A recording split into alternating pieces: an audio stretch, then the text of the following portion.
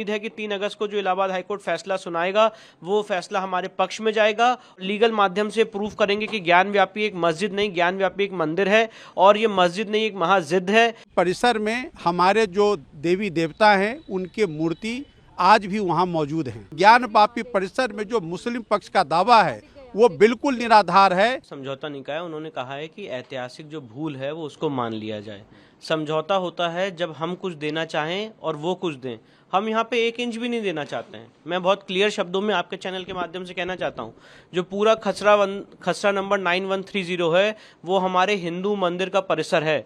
तो समझौता आज होगा तो किस आधार पे होगा? तो मैं आप इसको फिर से रिस्पेक्टफुली कहना चाहता हूँ, समझौते की बात नहीं कही है। उन्होंने कहा है कि जो ऐतिहासिक गलती उनसे हुई है उसको वो मान लें। और ये बात मैं भी कह रहा हूँ कि ऐतिहासिक गलती हुई है अंजुमन इंतजामिया से।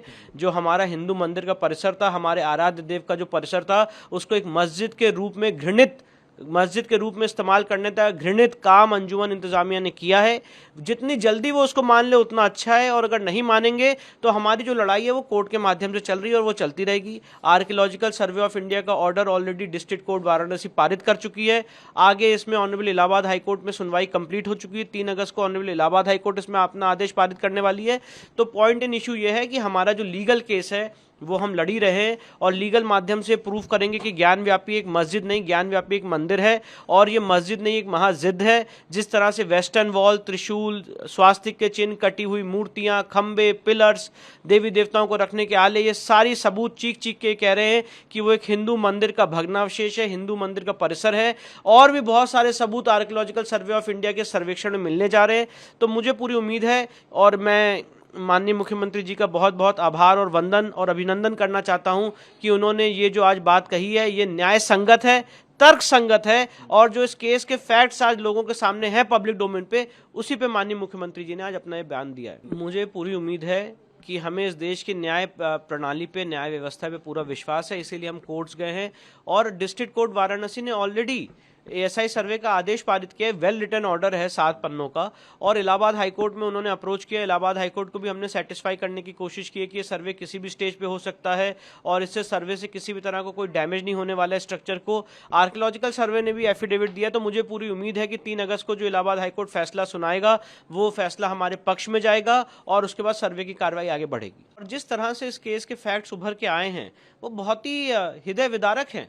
इस पूरे सनातन समाज, सनातन संस्कृति में 12 ज्योतिर्लिंग है, उसमें से 5 ज्योतिर्लिंग स्वयंभू हैं। उन 5 स्वयंभू ज्योतिर्लिंग में जो सबसे पहला ज्योतिर्लिंग है वो आदि विश्वेश्वर का ज्योतिर्लिंग है। उसका जो मूल स्थान है जहां पे हम अपने आदि विश्वेश्वर की पूजा करते, अर्चना करते, रुद्राभिषेक करते, वहां पे वजू टैंक में शिवलिंग के ऊपर वजू किया जा रहा है। और जब उसके ऊपर सवाल उठाए जाते हैं तो कहते हैं नहीं, साइंटिफिक सर्वे नहीं होना चाहिए।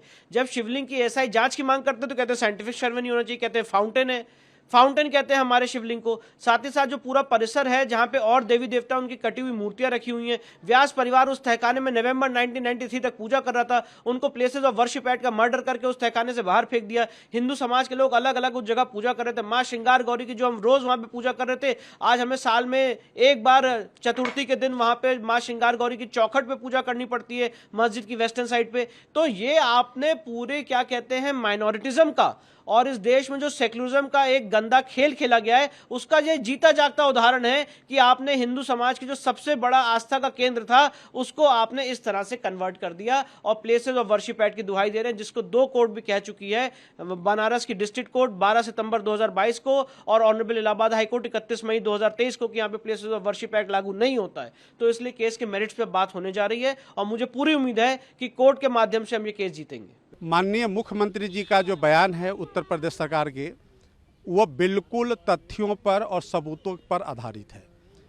मैं आपको एक बात बता दूं कि जब वाराणसी जिला न्यायालय में हम लोगों ने मुकदमा दायर किया तो एक एप्लीकेशन हम लोगों ने लगाया था अपॉइंटमेंट ऑफ लोकल कमिश्नर का, जिसका अपॉइंटमेंट माननीय जिला जज के द्वारा किया गया और उस लोकल कमिश्नर ने एक रिपोर्ट दिया है इंस्पेक्शन करने के बाद ज्ञान व्यापी परिसर का। उस रिपोर्ट के आधार पर यह बहुत स्पष्ट है कि ज्ञान व्यापी परिसर में हमारे जो देवी देवता हैं उनके मूर्ति आज भी वहाँ मौजूद हैं। यह बात और भी मैं बता दूं कि 1992 के पहले वहाँ देश की आज़ादी के पहले से पूजा अर्चना हम लोग करते चले आ रहे थे, लेकिन जब worship on public places act 1991 जब आया उस एक्ट के आने के बाद से यह हो गया कि उत्तर प्रदेश की तत्कालीन सरकार यानी सपा यानी मुलायम सिंह की सरकार थी, उन्होंने पूजा अर्चना पर रोक लगा दिया और यह कहा कि आप साल में मात्र एक दिन पूजा वहाँ कर सकते हैं। इन्हीं सारी बातों को लेकर के हम लोगों ने अपना प्लेंट दाखिल किया और उस पर अब कार्रवाई चल रही है। तो आज अदालत के समक्ष वहाँ हमारे देवी देवता यानी कि माता गौरी की प्रतिमा मौजूद हैं, भगवान गणेश के प्रतिमाएं मौजूद हैं, बजरंग बली के प्रतिमाएं मौजूद हैं, अन्य देवी देवताओं के प्रतिमाएं मौजूद हैं। तो इससे साफ स्पष्ट है कि ज्ञान वापी परिसर में जो मुस्लिम पक्ष का दावा है वो बिल्कुल निराधार है और वहाँ किसी तरह का जो ऑब्स्ट्रक्शन है मुस्लिम पक्ष के द्वारा वह गैर कानूनी और निराधार है।